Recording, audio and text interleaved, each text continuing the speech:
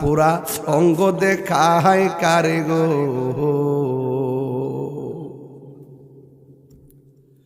ও দয়াল যার পু বাবা সাউন্ড একটু মোটা করে তুইলা দে, পাতলা পাতলা লাগে, বুঝা যেতেছে। আমি পাতলা এমনি আওয়াজ লাগে উড়িয়া উরা দেখে না। এখন একটা বাবু হইছে, দেখ রে আবার মারিস না এখন বয়স তাহলে কেন কইলে দীক্ষা। হ্যাঁ প্রাণ বন্ধু রে,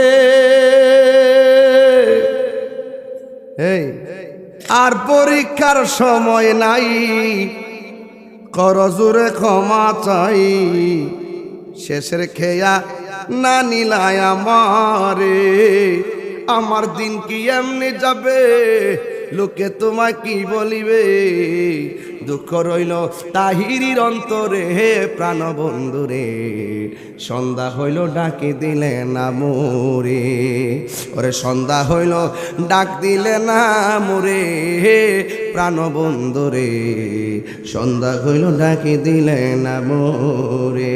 এটা কি সূর্যের উপর সন্ধ্যার কথা কইছি? আমার আয়ু ফুরাইয়া যাইতেছে গা, আপনার আয়ু ফুরাইয়া যাইতেছে,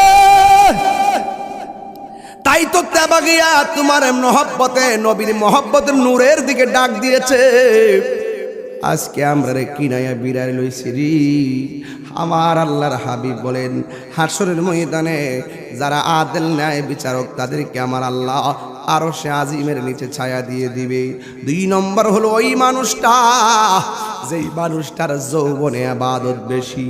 ও পোলাপান, খেলায় খেলায় সময় নষ্ট করে দিও না। এমন একটা সময় আসবে, রুকু দিতে গেলে তোমার কোমর ব্যথা করব। এমন একটা সময় আসবে, সূরা ফাতিহা পড়তে গেলে জিহ্বা বাড়ি লাগবো। এমন একটা সময় আসবে, কোরআন শরীফ পড়তে গেলে দুয়া লাগবো।